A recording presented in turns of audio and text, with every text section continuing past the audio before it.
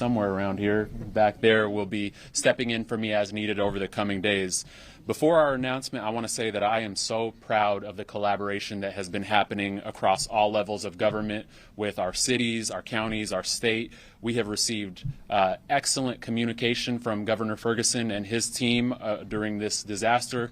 Even last night, we were able to pull together a meeting with all of our South King County mayors, along with our governor and our 2 U.S. Senator offices. This is the type of collaboration that I want our region to feel hope from. I know we're experiencing all kinds of challenges right now with the levee breaches, one at the Desimone levee just this morning with the White River in Pacific. All of those situations are being handled as we speak, and those levees are being repaired. But today, I want to share that collaboration is going to go to the next level. With the coordination of the council and our chief budget officer, we are announcing today that King County will make an initial investment of $1.5 million in shelter assistance and debris removal. And I want to be clear that this announcement is nowhere near the scale of what's needed to address the damage and the lost profits that our communities are experiencing. We are just trying to pull together short-term resources while we work toward federal disaster relief, and the governor will be announcing some state resources today as well. We spoke with members of the King County Council this morning, including Budget Chair Rod Dembowski and Council Chair Sarah Perry, and they are also supportive of this measure. To repeat, I want to reiterate that we are going to be putting in $1.5 million as a start in disaster relief resources, but full recovery will take intense collaboration and resource sharing between federal government, state, and local governments working closely with philanthropy and nonprofit communities. For now, we're going to work with our emergency management teams to ensure that funding is going to the places that need it most immediately. Over the last few days, there have been hundreds of county residents displaced from the floods who have been in shelters in South King County or are staying with family and friends. We also heard that there's a need to support debris removal throughout some of the county's further eastern cities of Carnation, Duval, and Skykomish, and in South King County as well. We're going to identify needs to get resources out as soon as possible to support work in those areas. I just want to say before I close that I am so thankful for the first responders and King County employees who have been working around the clock. We are seeing our emergency management professionals working 24/7. We're seeing our sheriff's office saving people from the roofs of cars and from drowning. We're seeing wastewater employees trapped in buildings continuing to do the work of providing clean water and resources to our communities. It has been truly, truly inspiring to see our King County professionals, along with first responders from all levels of government, showing up for our communities. And so I want you all to know, before I hand it off to Governor Ferguson, that we are here. We're working round the clock to support our communities. This is a very challenging time, but we will get through it. I'm going to hand it over now to Governor Ferguson. Thank you so much for your leadership and calling us all together today. Thank you. Yeah, appreciate it. And give our best to Joyce, by the way. Absolutely. Yeah, right. Thank you so much. Yeah. Thank you. Thank you so much. So we appreciate the county executive hosting us, number one, but also, obviously with a significant day in his life and Joyce, we wish them all the best and appreciate him taking a few minutes to join us. I also want to thank all those who have joined us today on very short notice. Things are happening fast, and we appreciate the collaboration, the hard work of everybody who's here. We got a range of elected officials and community members who are here, and you'll be hearing from some of them in a few moments. I also do want to take a moment to thank the media who's here. I've been tracking, to the extent I have time, the reports are going out there, and getting that information out to the people of the state is, I have no doubt it's saving lives. Like, there's just zero doubt in my mind. And also just a sense of, there's nothing like a visual to get a sense of the scale. I think it's easy to get complacent for folks, like, hey, it's another storm. But I think when you see some of the visuals that are being reported out there, I'm confident that that has more than the words I can say. Rain, we've got heavy at times. How much are we looking at? Darker shades of orange, you're looking at about 5 to 8 inches of rain. That you're all doing that, and I know this is, I think, our 5th press conference since this started, and I just really appreciate all of you communicating out in the ways that you are. It's been a difficult week, and that difficult week has been made more difficult by a loss of life that was reported early this morning in Snohomish County. On behalf of the people of the state of Washington, we extend our condolences to that man's family and loved ones for what's obviously a very challenging time. That is, we believe, the first fatality as a result of the storm. We've had many conversations about in the last 5 days how thankful we are that there had not been a fatality, and that really feeling like a minor miracle, to be perfectly honest, just given the scale of the challenge. But our hearts go out to that individual and their family and loved ones. I also want to express my deep appreciation to our first responders, the National Guard, our emergency management teams, numerous state employees, and all those who are lending a hand to help Washingtonians through this emergency. Long hours, as you might imagine, are the norm for those individuals. We deeply appreciate their hard work and dedication. I've met a number of folks who are not only doing that work, but then going to their homes at the end of a long day to try and stabilize their home situation and deal with the family situation because the floods are impacting them quite directly. And that is quite inspiring to see that level of dedication, even they have their own risks that are personal, that they're out there doing their work to help other Washingtonians. As we've been saying every day since this started, the situation is extremely unpredictable, and that is something I want to emphasize again to all Washingtonians.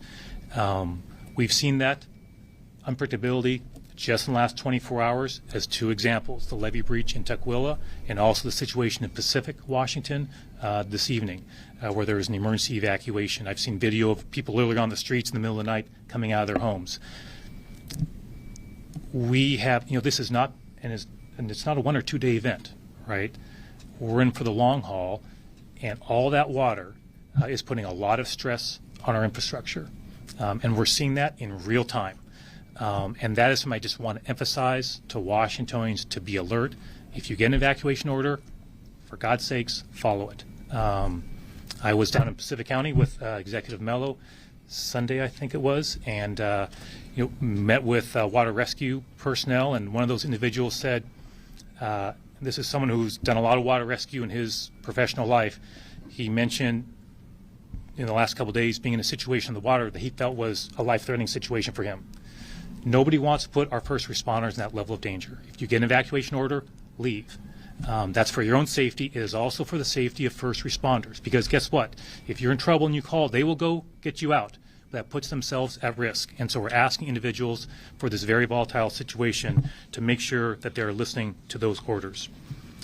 I also just want to also add the coordination at all levels of government with tribes, with organizations that you'll hear from, communities across our state has truly been tremendous. That is, I ask at every stop I go to, and I've been to a number, is there anything else you need? Is there any more coordination you need? The response has always been, no, we've got the resources we need. People are responding quickly. That's from Grays Harbor to Yakima, Stehekin, all around. That has been the response I'm hearing from folks. And that coordination, we need it. And it has served us well. It's helped. The other thing I think has helped is significant investments in infrastructure in recent years. In Ording, for example, investments in a levee system there compared to floods several years ago, night and day in terms of the impacts there. Mount Vernon, Washington, the seawall there literally saved the downtown. King County, the King County Flood Control District has invested hundreds and hundreds and hundreds of millions of dollars to shore up our flood system here and prepare for it. I can't tell you how many conversations I've had with individuals saying, it's bad, it's really bad, but the magnitude would have been far, far worse had we not made those investments. And these are investments just in the last recent years, have literally, their commitments saved lives, saved businesses, saved entire downtowns. So I think all those things have served us well, and I'm grateful for leaders over recent years who have made those investments and the individuals in the state of Washington willing to invest in that. While it will be some time before we know the full scope of the emotional, physical, and financial impact, this natural disaster is undoubtedly one of the most devastating in our state's history. I do want to take a moment to speak directly to Washingtonians who are directly impacted by this emergency. We see you. We know the situation you're in. We're doing everything we can and moving heaven and earth to get resources to you as quickly as humanly possible.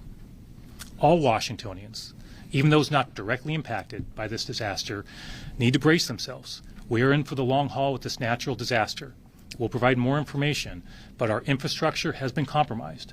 We'll have to dig ourselves out of this situation. This is not a days-long thing or a weeks-long thing. This will be going on for months.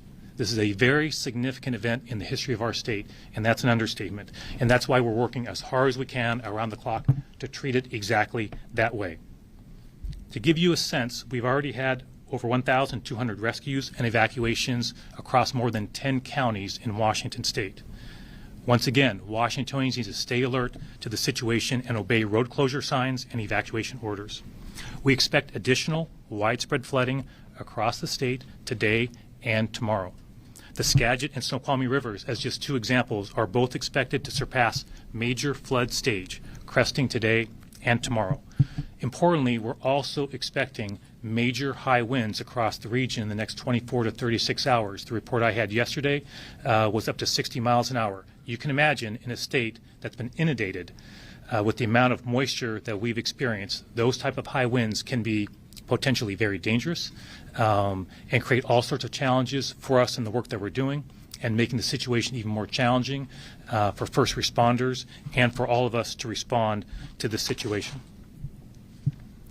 Roads and highways. State Department of Transportation, you'll be hearing from Julie, has reopened more than 60 roads since the storm started. I'm deeply appreciative of the hardworking Washington employees who are out there around the clock reopening those roads. It seems like for every two they reopen, another one, something happens, right? So, but they're out there relentlessly trying to keep those open for Washingtonians. We deeply appreciate the hard work of those state employees. As of this morning, there are closures, I believe, on 13 state highways. That number, of course, changes almost hourly, daily for sure. But as of now, that's the number. There are currently additionally 7 road restrictions. Several state highways have been severely damaged. Julia will provide more information, but I just want to highlight a lengthy stretch of Highway 2, as you probably know, is severely damaged. It is very difficult for us to project how long anything will take to repair. We're just getting our arms around the scope of the challenge up there. But as an example of what Washingtonians need to expect, we anticipate that Highway 2 will be closed for months. It's premature to estimate exactly how long that will be, but that is obviously a major highway. We understand the implications to business and individuals and human lives on not having that highway available for an extended period of time. We're going to do everything we possibly can to repair it as quickly as possible, but literally underwater in stages. There's major issues on that roadway, on that highway, as just one example. We understand that many Washingtonians' lives have been deeply impacted personally by this emergency. We're also moving quickly to try and get relief to those individuals. I've had numerous conversations with my team, with local elected officials across our state, see what can we do to pool immediate assistance to folks who may need assistance with a hotel stay, groceries, baby diapers, that type of thing. This morning I signed an amendment to my emergency declaration.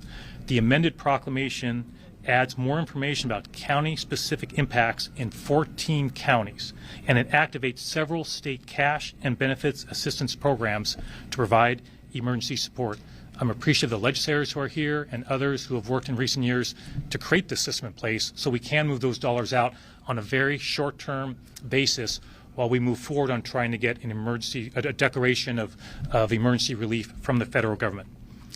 We're working to activate as many state resources as we can. We currently have identified $3.5 million that I, as governor, can move on my own without legislative action. I know the legislature supports that decision anyway, but of course there are limits on what I can do as governor. Of course, without legislative action, we've identified that $3.5 million. We'll provide information to the public as soon as we're able to stand that process up where folks can access.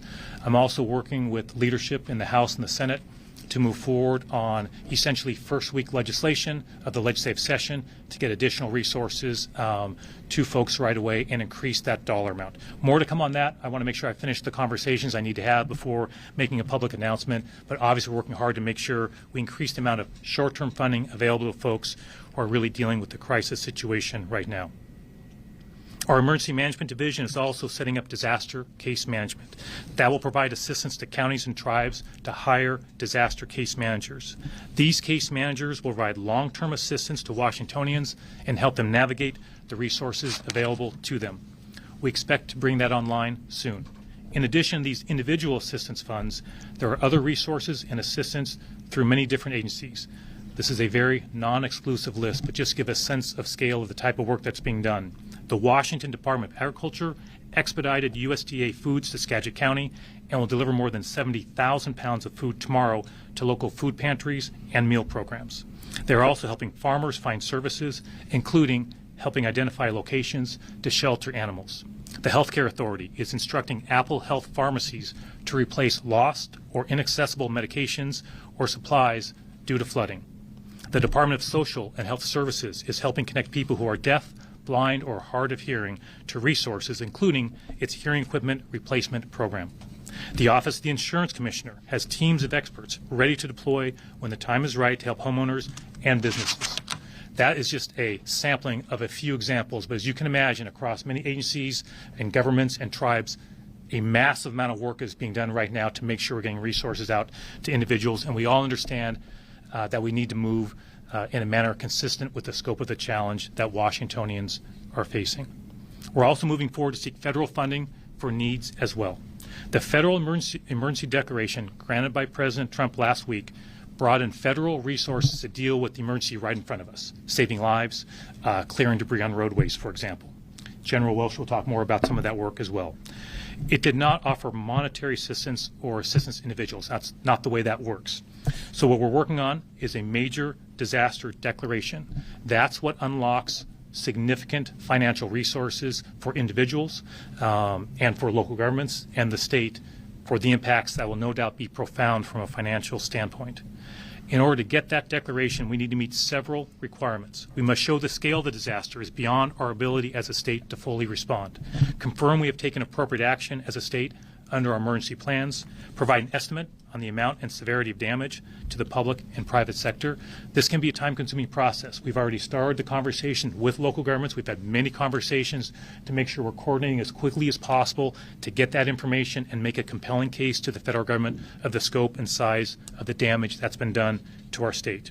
We need to describe the resources utilized to alleviate the disaster and provide preliminary estimates on the type of assistance needed. I am confident we will make a very compelling case for disaster relief. Maybe I'll just briefly mention there are 3 types of FEMA disaster assistance that we'll be seeking. Public assistance can be provided to state, tribes, and local governments and certain nonprofits for emergency work to repair or replace facilities damaged by the disaster. That would include things like roads and bridges that we'll desperately need assistance with. Also, hazard mitigation assistance can be provided for projects like flood mitigation. And third, and importantly, individual assistance can help with a variety of costs for individuals who are facing significant costs after a disaster, including temporary housing, home repair, counseling, and legal services. We're also working with the Small Business Administration to get a disaster declaration from them, which will allow homeowners, renters, and business owners to access low-interest disaster loans. And before I turn to the general to say a few words, to put this in some context for Washingtonians, this is a major event in our state's history. It is truly historic. The river levels we have seen are historic. And we've been tracking those river levels for more than a century. Every day I get multiple briefings, and just as one example with Julie on roads, like clearly just highway, those highways are under a lot of stress right now. And it'll take us time to even determine how long it will take to reopen some and exactly what that damage is. So, I deeply appreciate Washingtonians pulling together during this really challenging time. Neighbors are helping neighbors. Communities are helping communities. I can't tell you how many elected officials have said, hey, you know what, our community's not impacted, but we want help. What can we do? We've got resources. That's the approach that does not surprise me in our state. We're all pulling together to address an extremely challenging situation. And for those Washingtonians, again, who are directly impacted, I just want you to know, speaking to you directly, we're all doing, and many thousands of other Washingtonians are doing everything we possibly can to get you help right away. Thank you so much all for being here. I'm going to turn now to the General for additional information. Thanks, Jim. Thank you, Governor. Thank you all for being here today. And certainly thanks to our new King County executive and new dad as of this morning, Executive Zahilay. King County has been a tremendous partner in this, and we truly appreciate the collaboration, and really so has the media. Appreciate everybody being here, appreciate the support. You're sharing critical life-saving information. You're sharing it every day, and in some cases every hour. We've been relying on you to get the word out about evacuation notices, weather forecasts, and when we move into this recovery phase, we'll be turning to you to help share some of the information to get people help with some other resources out there. We are now on day 8 of this disaster, and for me and many others here, I think it's feeling a lot like Groundhog Day. Every morning we wake up, we pull our phones out and we look to see for some improvement out there, but Mother Nature seems to keep throwing us another curveball. I spent the last week out in our communities surveying the damage. I've seen homes filled with several feet of water. For those impacted, my heart goes out to you, and I pledge that we will do whatever we can to help you recover. We all have families that are heading into the holiday season this year without a place to stay, and this is not going to be an easy road ahead. The Washington National Guard is doing what we can to assist those who need it and prevent further damage. You see it on the commercials. When events like this thing happen, our men and women leave their civilian jobs, they get into their cars, they leave their families, and they offer their communities a helping hand. And I wear a patch on my uniform, and it says mission, people, and community. And this is the emphasis on the community part. Our women and men live and breathe this, and the last 8 days have demonstrated this community commitment. We still have approximately 250 soldiers and airmen helping with this response. They filled over 15,000 sandbags. They're preventing people from driving down dangerous roads, and they're going door to door to help with evacuations. We have aviation crews that have helped with search and rescue and to gain situational awareness. Our helicopters and pilots remain on standby and will likely get a bird's eye view in the next coming days of damaged roads across the state.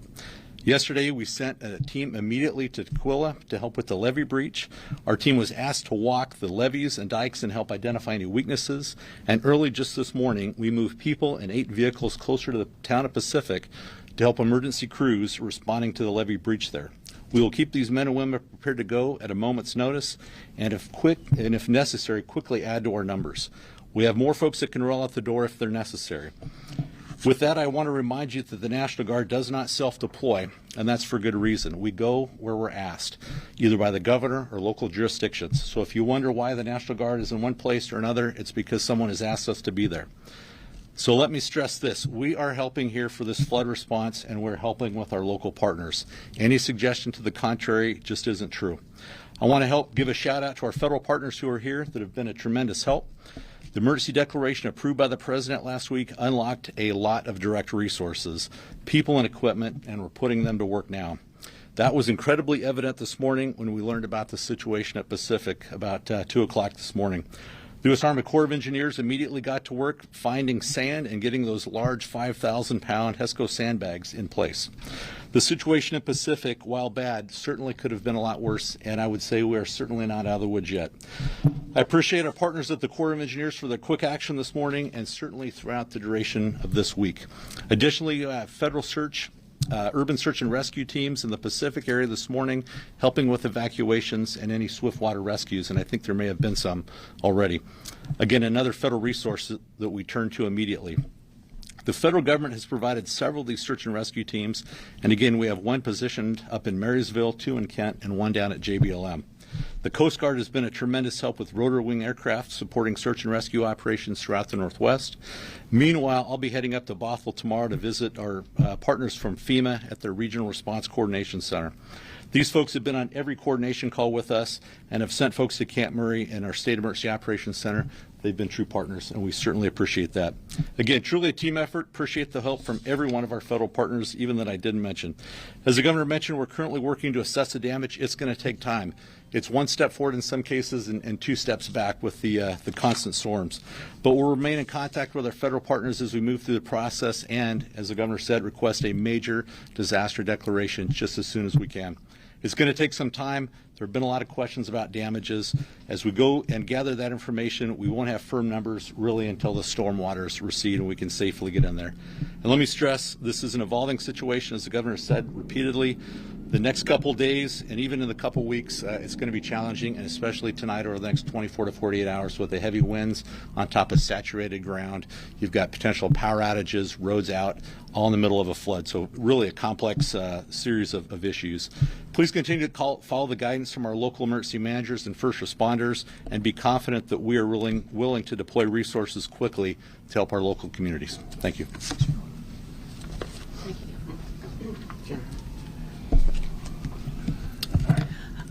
Good afternoon. I'm Julie Meredith from the Washington State Department of Transportation. Our crews have been working around the clock since this storm began. We've opened more than 60 roads when the flooding began on December 9th. And I want to thank all the crews we have out there doing the work to open the roads and keep people moving. Much gratitude for the work they do.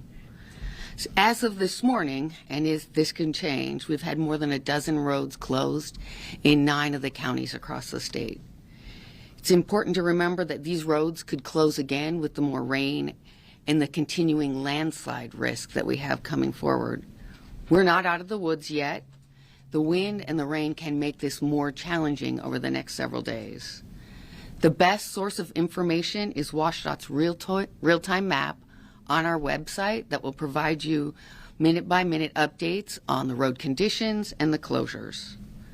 As you heard from the governor, some of our main focuses have been on US 2, which is closed for about 49 miles between the towns of Skykomish and Leavenworth. Several areas on that highway are damaged and washed out, so the roads are not there any longer.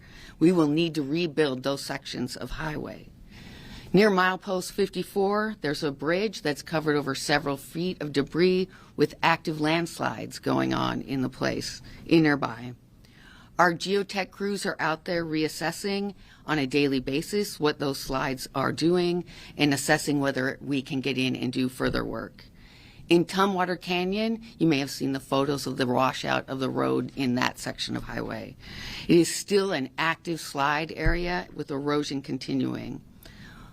The weather and the river are really the main factors affecting our ability to address these areas. And as you heard, we have no estimated time to open that, and it could take months.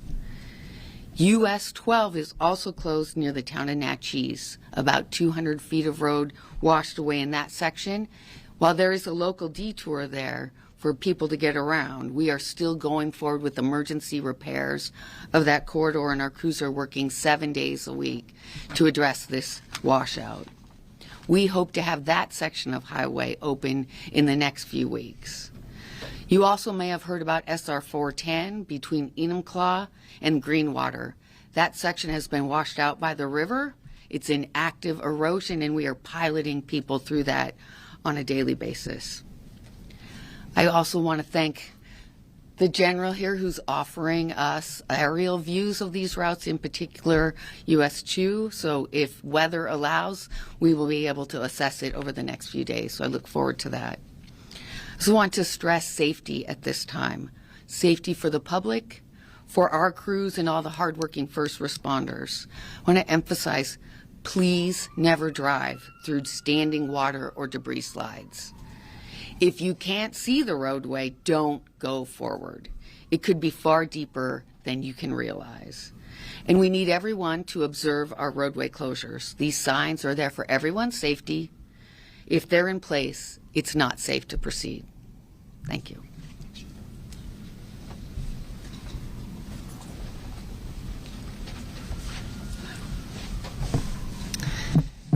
Good morning, you all.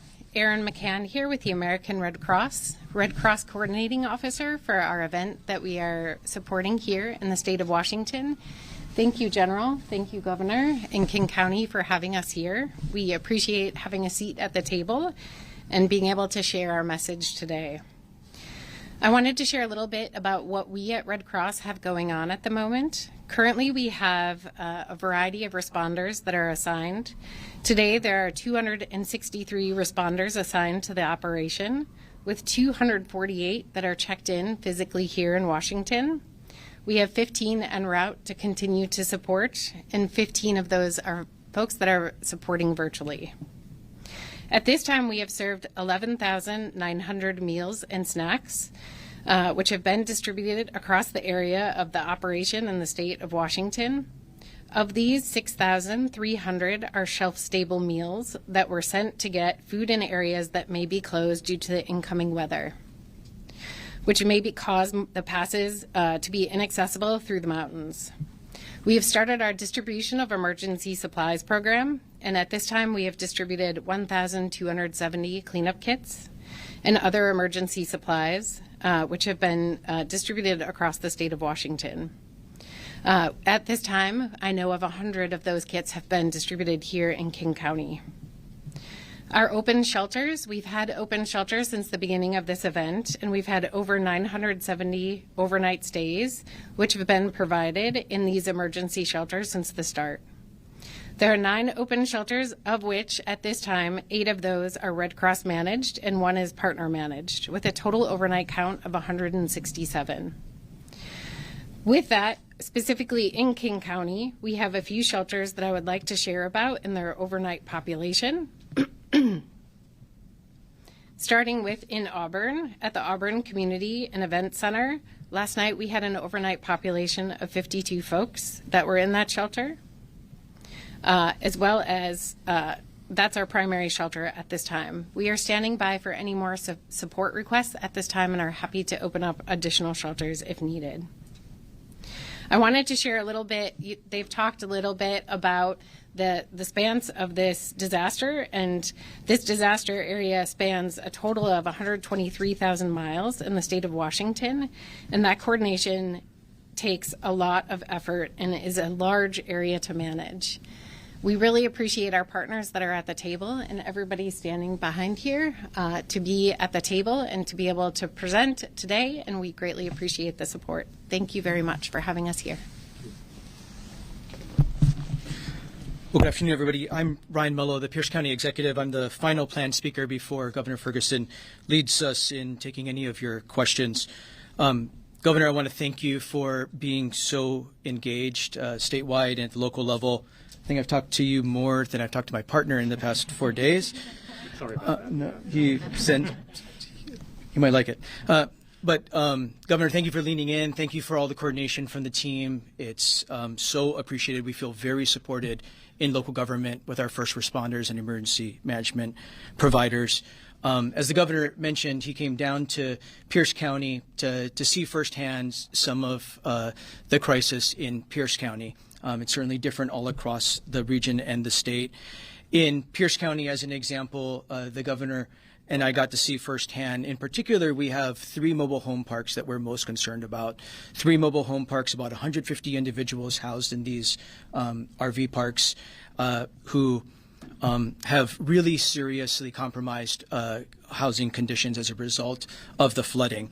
So like Executive Zahilay, we too are making local resources available until we can unlock state and federal resources. We're helping these folks who are most vulnerable. In my community in Pierce County, it's these 150 residents who live in these RV mobiles that we're most concerned about. And so we're providing them shelter and food with local resources until we can unlock much needed federal resources. First responders in Pierce County, like a lot of communities, are literally going door to door to be able to move people out of harm's way, and human services providers are helping to move people to shelter and other services. And we are so very grateful to our first responders who are working day and night and our emergency managers. The last thing I want to mention before I turn it back over to the governor is another example of significant regional coordination and how local government partners from throughout the region are banding together to support each other. Pierce County is the operator and administrator of what's called Washington State Task Force 1. Washington State Task Force 1 is a FEMA urban search and rescue unit that is, again, operated and administered by Pierce County. My team worked overnight along with the governor's team and the military department to get the necessary agreements together to deploy Washington Task Force 1 to our communities in Skagit County earlier today. So it's my understanding that they left shortly before we convened this press conference. These are professionals in urban search and rescue, technical assistance, medical assistance, and logistics, and they'll be there as long as needed to protect life and property. Governor, thank you again. So thanks everybody again who's joined us today, and we're happy. We have lots of folks who can help answer detailed questions as well if you have, whether it's the weather or anything else, and we're happy to take any questions. Yeah. Governor, you just talked about the infrastructure Yeah. weakened as a result of this, and obviously there's a complicated series of levies indicted Yes. county by county. Yes. The question is, who's responsible on a county-by-county basis for inspecting them in advance to prevent them from a failure? Yeah, so it'll be, I'll let others maybe speak to that. So the question goes to, for those who are watching, I mean, I've heard levee system, a lot of stress in that system, kind of who's responsible for checking that. And you mean, Sir Chris, in real time right now, but also long term when the floodwaters? Long term Yep. or in advance of a weather system, like a lot of people do. Oh, this time. well, so we have folks out there in real time checking those out. I'll let experts speak to it, but I just want to say at a high level when it comes to that system is, and I think I mentioned this earlier, you know, I'm deeply thankful that we made as a region, as a state, investments in that infrastructure. I was on the King County Council when that flood control district was created, for example. You know, I'm thankful that investments were made, and this is all across the state. That said, one thing I'm hearing over and over from the experts, who will probably speak in a moment, is there's tremendous stress on that infrastructure. As well as it's held up, all things considered, that stress is there. There's active monitoring going on. One thing I've also had communication with is when the floodwaters eventually recede, we don't know what we're going to find in terms of damage to the infrastructure that's going to need additional reinvestment to make sure it's secure for the next go-round and the next major event. But I'll turn to others who maybe will speak more precisely, kind of who precisely is there. Robert? And maybe you don't mind introducing yourself. That'd be great. Yeah. Robert Zahilay, Director of Emergency Management for the state. And really the management of the levees and dikes is a shared responsibility. Some are federally managed by the Army Corps. Some are managed by local levee and diking districts. And so ultimately it's a network of systems with multiple jurisdictions managing them. Do you know what the inspection records were on some of these levees, or when they were last inspected by these people who are responsible? I would have to get back to you on that one, and we can research it and get you a detailed answer to that question. And just a quick follow-up, and it could be for the group, there was some reporting overnight about 2 dams that may have cracks in them. What's the status of those dams? What have you seen with other dams in Washington State? We've had a couple of dams that we've been watching, one out in Grays Harbor County, and then we are always keeping track of the ones in East Pierce and King County. And so we've seen some areas of concerns. The experts, the Army Corps, and others are watching those to make sure that they're not presenting a danger to the public. Can you elaborate on what those concerns are? Again, it's fill levels and a degree of security and whether the dams are able to withstand the strain. And again, I would have to get back to you on specific things that they're looking at on a dam-by-dam basis. Is there anything for anybody to be concerned about with those dams right now? Right now, we have not had anything that concerned to us that presents a danger to the public. And Robert, apologies for that, but you know, to that point, I'm going to come back to this again. Folks need to be vigilant. Right? This is an extremely unpredictable situation. Our infrastructure has held up remarkably well, but when you're talking about the volume of water that has been impacting our region and our state for a week now, and that's going to ramp up again here in the next 48 hours, folks need to be vigilant. And so a lot of work is being done to monitor levees, to make sure we're paying attention to the dams. But that's why I'm repeating, we are still in the middle of this. You know, we're not at the end. That's not where we're at. This is a very active situation, very volatile situation. That's why I want people to be very vigilant. And we, of course, work hard to make sure we get information out as quickly as we can. Yes? Governor, so obviously a big part of this is just waiting for the weather to let up and relieve some of this pressure. But can you talk about some of the factors that are in our control as far as trying to slow down some of the flow, relieve some of the pressure? Like what kind of tweaks are being made to mitigate this? Yeah, so we've had conversations with our federal partners at every level for exactly that issue, to make sure that, hey, as we make adjustments on water levels, what are the impacts going down in terms of flooding? So those are conversations that are happening in real time every single day. I've been on some calls where those conversations have come up. Just so folks know, we have 2 daily calls every single day. We have one with state and federal officials, right? The general, for example, and his team is on those calls. I'm on those calls. We have one that's more focused on local elected officials with the same folks there as well. So we have multiple daily calls with folks from all across the state where they can report in about what they're seeing, and we can have those conversations. And maybe the Director of Emergency Management can clarify, but can you get into some specifics of kind of processes that have been taken to relieve some of this pressure? I'm not sure. Are you able to speak to that, Robert? I can speak to it in general terms. Yeah, and the dam owners and operators are constantly managing the water levels in the dams, and if they do need to release water to reduce pressure on the dams, there's a whole coordination process that takes place between the owners and operators and then the communities downstream to let them know what's happening. But again, those dams are being very dynamically managed to make sure that they are not exceeding the capacity or the safe water levels within the dams. Can you give us any examples of where that's happened? It's happened upstream of the Nisqually. I think it's been happening on the Cowlitz and any number of other rivers. Yes. Anna Edgerton with Bloomberg.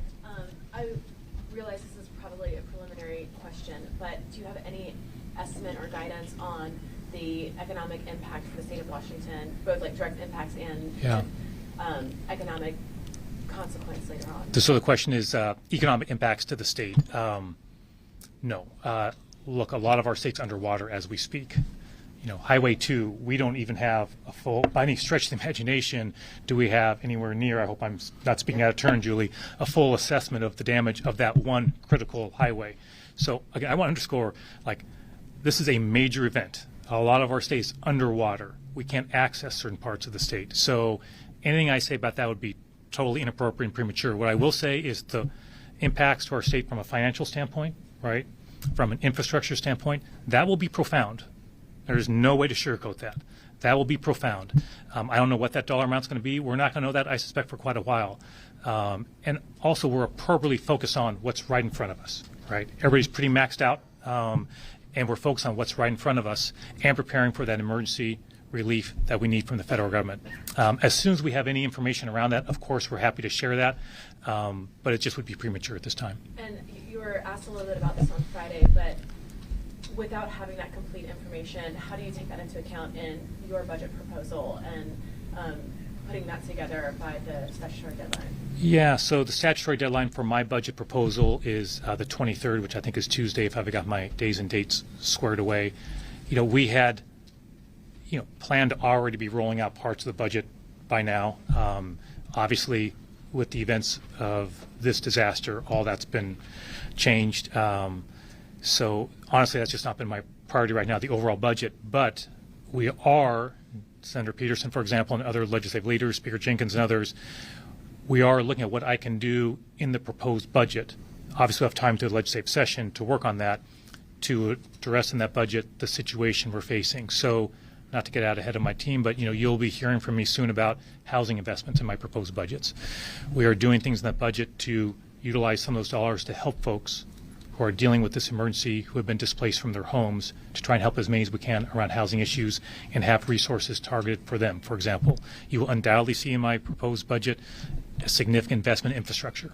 That was always the plan. I've talked about that for a long, long time, as long as I've been governor, the need for more work on our roads and our bridges. I think it's fair to say that this disaster has only underscored how important those investments are. So yes, you will see things in the budget that obviously connect to the situation that we're seeing right now. But I also want to add, that's an ongoing conversation I'm having with legislators about needs that they see in their areas overall on how we're going to adjust this budget, notwithstanding a challenging budget situation we have, to make sure we're doing all we can to help out folks who are really struggling. Yeah. It's our understanding the barrier that failed in Pacific had been a HESCO barrier in place for around 10 or 15 years. Why weren't weak spots like that identified before this, and what are you all doing during this emergency to identify those points? Can someone speak to the specific situation of Pacific County? Yeah. That would be great. Thank you. If you don't mind introducing yourself, Not at all. that'd be great. Yeah. John Taylor, Director of the Department of Natural Resources and Parks. So we had identified that segment as an area that was weak, and that's why we had crews there deployed, kind of watching it very carefully. When it began to break, we had staff there who not only were alerting people immediately nearby, but also notified the Emergency Operations Center. We got Guardian 1 in the air to notify people over a loudhailer, and then we started deploying material to beef it up. We had deployed before this event to reinforce a lot of levees in the county that we knew were weak. And that's a segment that has a large capital project slated. It was supposed to start this summer. But, we can't do everything everywhere all at once. So to clarify his question, you knew this was Yeah. going Yeah, and that's before the flood. absolutely. And we had been out there reinforcing it before this, but we did with everything we can do. This is an extraordinary event. As the governor said, this is not an extraordinary event in terms of the height of water we're seeing. I mean, it's very, very high, but the duration of it is extraordinary in King County.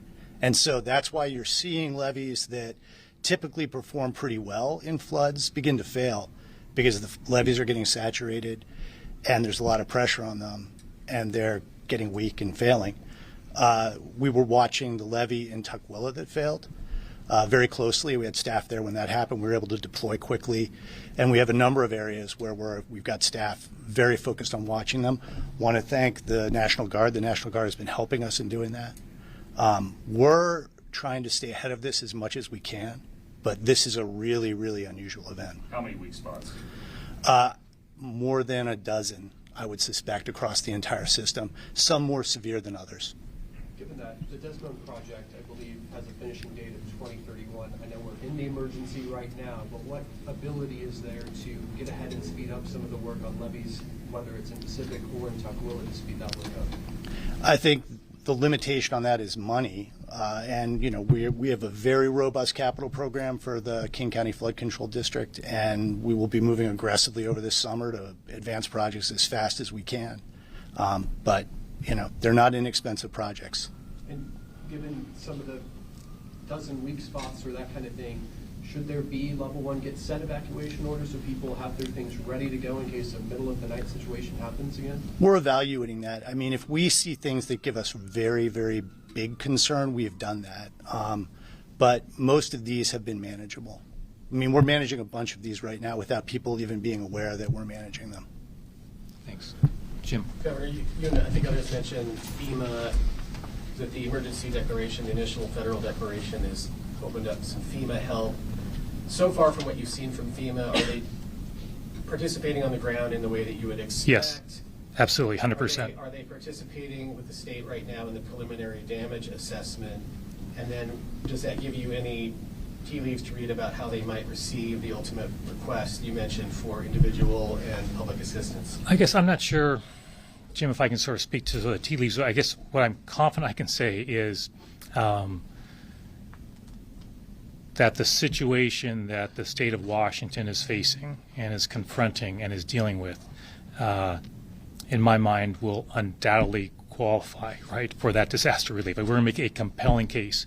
And one thing I've emphasized in numerous conversations with my friends on the other side of the aisle is asking for their help in communicating when the time is right, when we get this thing together, to communicate that to the federal government, because this will be a compelling case. And just to the earlier questions as well is, there's a reason why for multiple days, I've been and others have referred to this as a historic event in terms of the amount of floodwaters receiving, the river levels, and the duration of it.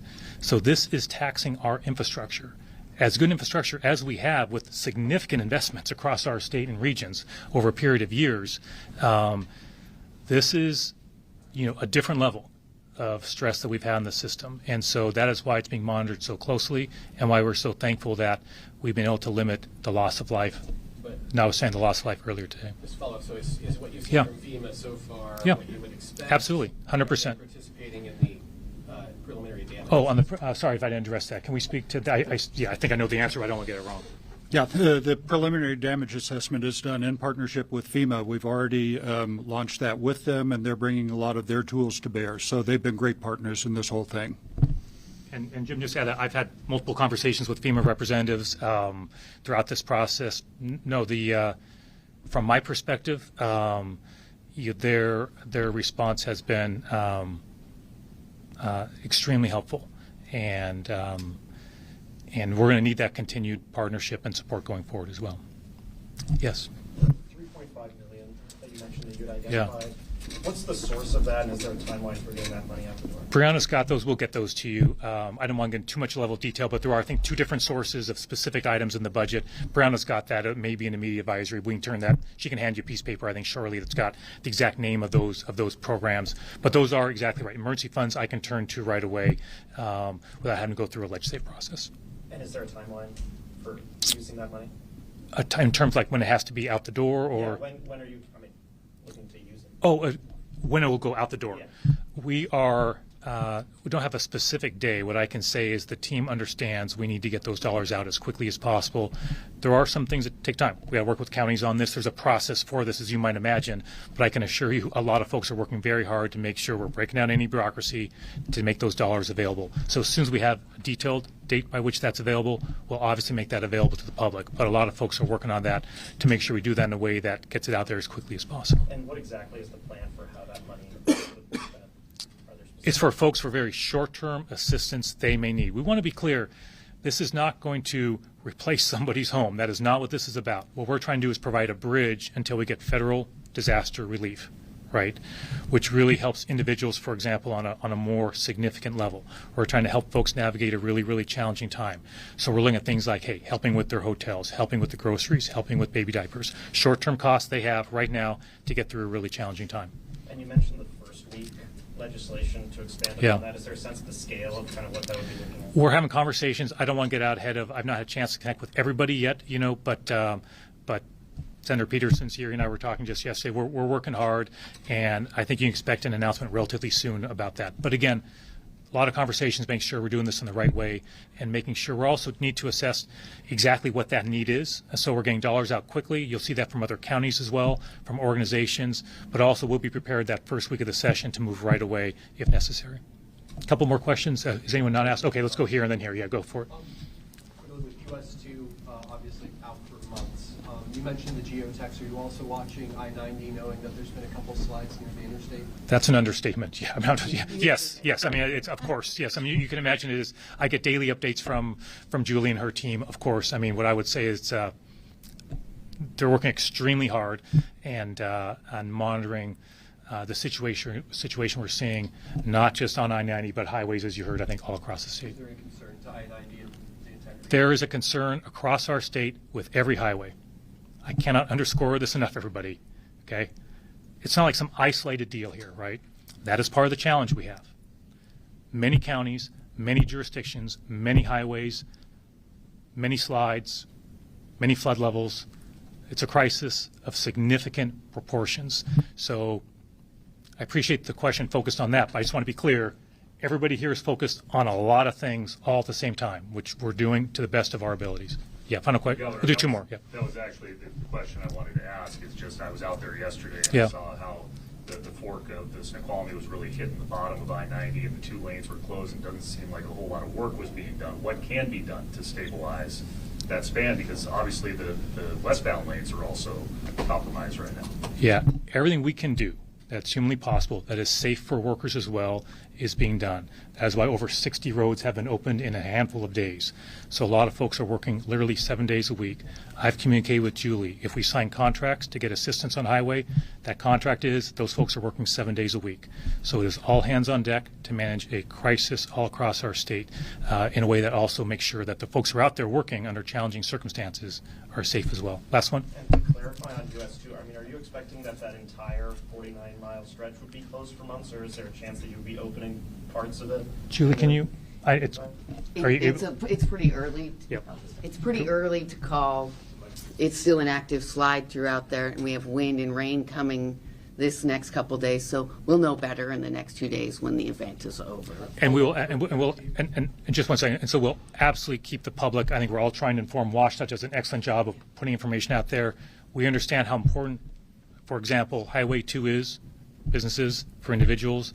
Obviously, we'll keep folks updated. Julie hears from me more than she probably wants about asking these questions, the same questions I'm asking. But look, we had a meeting, I think it was yesterday, where, I think I was, maybe pushing, hey, can we do things faster? And I saw some photographs. I was like, man, okay, that's a situation. That's a situation. And we have to do this in a way that is safe for the workers out there. It's a very volatile situation, for example, on Highway 2. So, yeah, the final one, yeah. Follow up for DOC from the microphone, please. Yeah. Crystal, Mount Baker, access to and from, do you expect extended closures there, or do you want people to stay out of the area? Yeah. So SR 410, as I said, is one-way piloted traffic from Enumclaw to Greenwater. It's an active area where the river is still eroding the roadway away, which is why we're piloting cars through. Again, in the next couple days, we'll be able to assess what it's going to take to get that roadway back open. So it's a little early for me to say, but piloted traffic through there 4 times a day, working with the locals, it's challenging to get a lot of people through at the time. And Highway 542, it's also in the area, right? 542. State Route 542, possibly Another slide. Yeah. So again, these slides are still active while we have the rain coming, the saturated roads, and the winds. So we need the slides to actually stop moving and solidify so we can actually address them. Thanks. We so appreciate all of you being here. Maybe I'll end where I think I started, which was, we know you're all extremely busy, but the coverage, I'm convinced to save lives and really help inform people. We can all do what we do, but having that information going out to folks, we deeply, deeply appreciate. So thanks so much, and appreciate everybody's time, and hope you all have a good day. Thank you. Thanks, sir. Yeah, appreciate it. All right, you've been listening to Governor Ferguson give us an update on the flooding situation. So just to recap for those of you who might have joined late, this news conference going on for about an hour.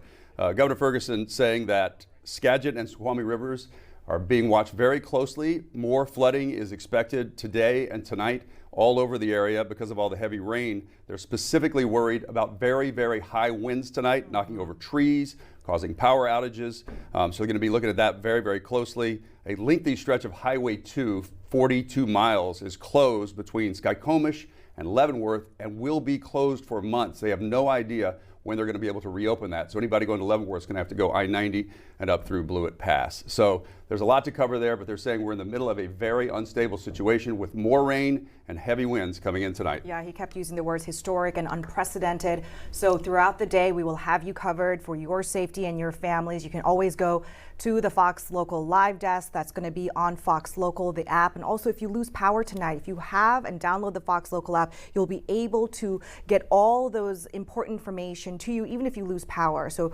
please download the Fox Local app. And of course, we're going to have more news for you coming up tonight, starting at 4 o'clock. We'll see you then. Saved our customers thousands of dollars. CarShield helped me save over